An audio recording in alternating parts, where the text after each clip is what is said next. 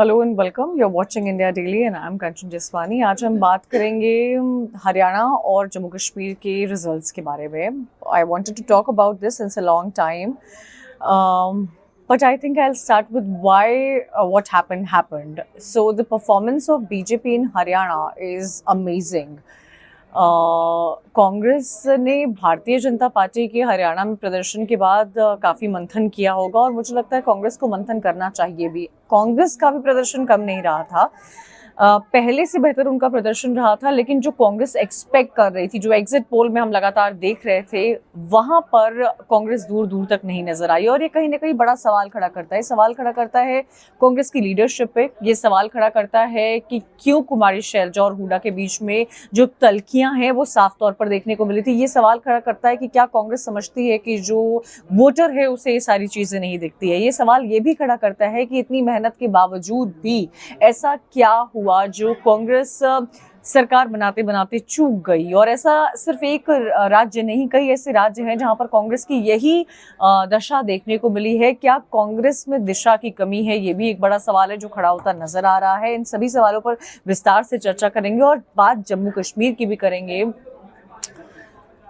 What a great result has Jammu Kashmir given, and it is astonishing, it's astounding as well to see that the people of Jammu Kashmir, what and who have they voted for? They voted for National Conference. National Conference has come out to be the largest political party in Jammu and Kashmir. And also would I like to tell you that this is not the first time that National Conference has got this kind of seats. National Conference has been getting this kind of seats before PDP came in power and before PDP made an alliance with Bharatiya Janata Party. What happened to PDP is a subject to question.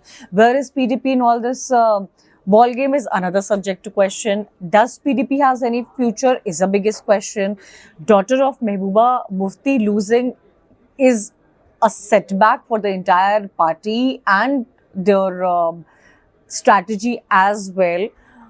Also, the question comes, I will talk also about the grand alliance that happened with Congress and National Conference, and also the political landscape and the political narrative that has been changed in Jammu and Kashmir with Omar Abdullah. Because the Omar Abdullah is looking out as the brightest face of Jammu and Kashmir. And how modest has he come? How humble does he sound in all of his interview is a thing that needs to be discussed and that needs to be addressed. Because we have seen Farooq Abdullah not being so friendly with media, not talking so the way Omar Abdullah does and the way Omar has done.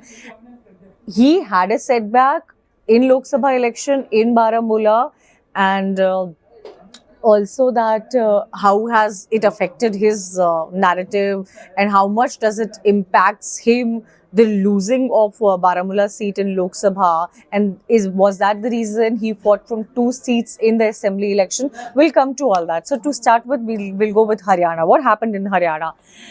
The RSS worked in Haryana. So the Sangathan was throughout making its base stronger and stronger and stronger. And what the Sangathan did in Haryana is the outcome. It is BJP,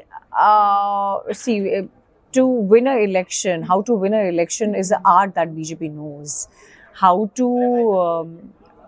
win a losing election is also an art that BJP knows, and it works on it. Even there have been states where BJP has not been the largest party, but with alliance they have made their government and they have run the entire state. There have been states before that, but this time coming into full majority, what happened was Agniveer, that the statement of Amit Shah about Agniveer that they'll get a secure job, that happened. Kisan, Jawan and Pehelwan, the narrative which the opposition was trying to set did not work out, and the situation on the ground was not what Bharatiya Janata Party or what Congress was thinking. The situation on the ground was what RSS worked, and it did work. It worked majorly in favor of BJP, and because if you look at the seats of Haryana who were won what and by what margin is also another interesting thing. The vote share of definitely Congress has increased, of course, because their seats have increased, but it is not what Congress thought it will come like. It is not what, or any of the exit polls that showed. And the reason is definitely the reason is that the leadership that Congress lacks, even after Mallikarjun Kharge becoming the president of Congress, there's still a lot that needs to be done on the ground, on the battlefield when Congress enters into any election state. So what happened after the results of Haryana came? Aam Aadmi Party said that wholeheartedly that in coming Delhi elections we are going to fight alone. We are not going to fight with Congress. Aam Aadmi Party and Congress, they are a part of India Alliance. So they were not able to fight together in Haryana. So people are experts, political experts also say that somewhere, this must have dented the voters, and maybe the polarization of voters have gone, and that would have worked for the Bharatiya Janata Party. Also, what is being said is that the same day, Shiv Sena in their regional newspaper Samna said that Congress needs to learn a lesson after what they have figured or faced in Haryana. So Congress is, though it is making their alliance government in Jammu and Kashmir, but no seats that can or that needs to be discussed anywhere when it comes to Jammu and Kashmir for Congress. They did not perform. They could not.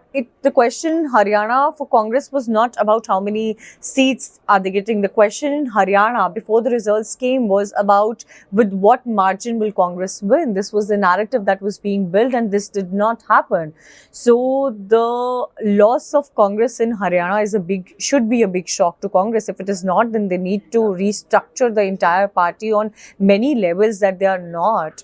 So every time, when a state wins or state loses an election, the party sits and they talk with their own people, they talk with their karyakartas, and they talk with their with high exos who have won. But somewhere they need to realize what went wrong, and what went wrong is also that you don't have people on the ground, you don't have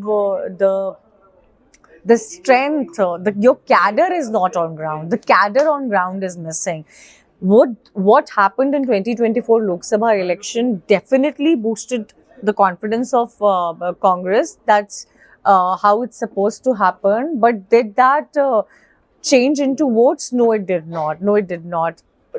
At the end, what we talk about, who won the election and who lost the election, who is going to form the government, who is not.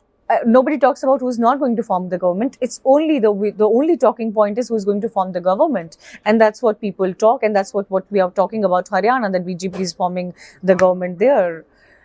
Coming to Jammu and Kashmir, now Jammu and Kashmir comes up with a lot of topics, and Jammu and Kashmir also comes up with a lot of strategy that the NC went, that the Congress went, and PDP was any which way supporting this Congress and NC alliance. On the day of counting, the spokesperson who was sitting with us on panel said that PDP would be happy to support whatever numbers will this alliance of the National Conference and the Congress will bring. They were already with this mindset. Why PDP lost its own ground with just 3 seats they have won, and that comes out as a shock to PDP itself. Was Mehbooba Mufti not fighting the way she fought? No, she wasn't fighting.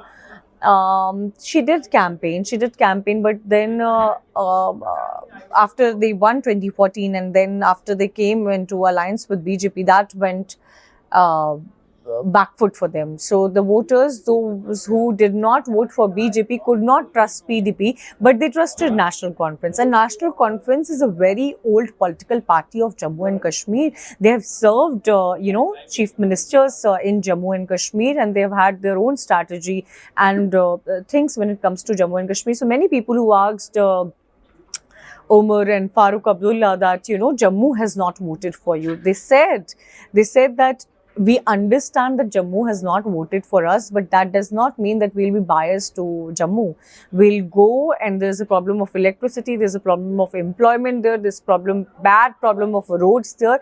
We will work out for Jammu as we work for Kashmir. We will gain their trust. These were the words of Omar Abdullah, and that, sets up the field ahead of how these another 5 years is going to be for the great grand alliance that we are going to see in Jammu and Kashmir. Also, what happened in Jammu and Kashmir is that they worked hard. They spoke hard. The number of seats that National Conference has got, the number of seats BJP has got from Jammu was expected. It was not surprising numbers. Everybody expected that BJP will get somewhere around 26 to 31 seats from Jammu and Kashmir, from Jammu itself. People were pretty sure of it, and that is how it turned out to be. But the question is, why is the BJP not able to fetch the trust of Muslim voters?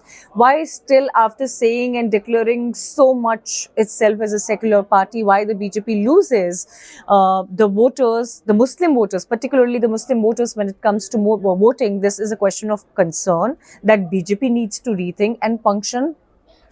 Also, there were three things that was said by the centre. First is delimitation, that's already happened. Second was election by the grace of Supreme Court, that also happened in the given timeline that the Supreme Court decided. And third was the talk of statehood. So this is what was supposed to happen. Statehood was taken away and it was made UT. So also what I like to mention here, that there's no question on 370, because Omar in one of his interviews said that you cannot expect 370 from the government who has bought it in. So once the government in the centre changes, then we'll think of it. There will always be an ideological fight based on our ideology with the centre, but you cannot ignore Delhi. We'll have to work with the centre for the people of Jammu and Kashmir. That shows that, he as a leader, he has become more mature, and it looks like the powerful words that he used shows that how graceful has he become with its voters and with its mentality as well when it comes to talking about Jammu and Kashmir. So on the day of Jammu and Kashmir, on the day of counting, on 8th, in morning he posted a picture, 2-3 pictures with him running in the garden. So when everybody was, busy talking to other leaders, other political parties, other leaders of what things are going to be and how things are going to function, he was one who was relaxed, who was calm, who was chill, who was running. Why was he running? He was running because when you talk about the Lok Sabha election that happened in 2024, and when he lost, the same day he was running and he lost. So he had this jinx in him, that is it because of his running that he loses the election? So to remove that jinx, he was running, and he had this in his mind that, if he loses the election again on the same day, he would stop running, and if he doesn't, he'll continue running whenever he wishes to. So that's what happened, and he kept on running, and that was one of the most talked about pictures. You don't see leaders celebrating the day of counting unless and until there are numbers that have come. So before the numbers came, he was running, he was calm, he maintained his poise. So that shows the way Omar has changed. That shows that the kind of politics that his father Farooq Abdullah did once a time is not the kind of politics that he's going to do. Also, on the day of counting, Farooq Abdullah said that Omar Abdullah is going to be the CM, when the journalists were around him and they questioned him. But the way it goes, like, you sit with the legislatures, you sit, there's a Vidhayak Dal Baitak, and you sit with your alliance partner, and then the name is passed. This is the process.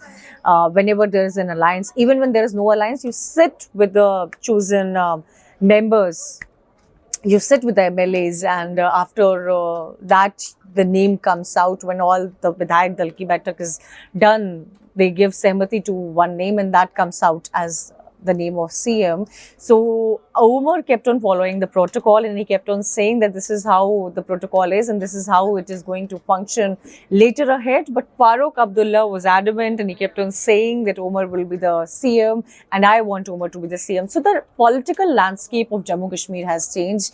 The politics of Jammu Kashmir, of course, you know, the election in Jammu Kashmir happened after 10 years. The last election were back in 2014, and after 10 years, the voters got a chance to vote for their own assembly.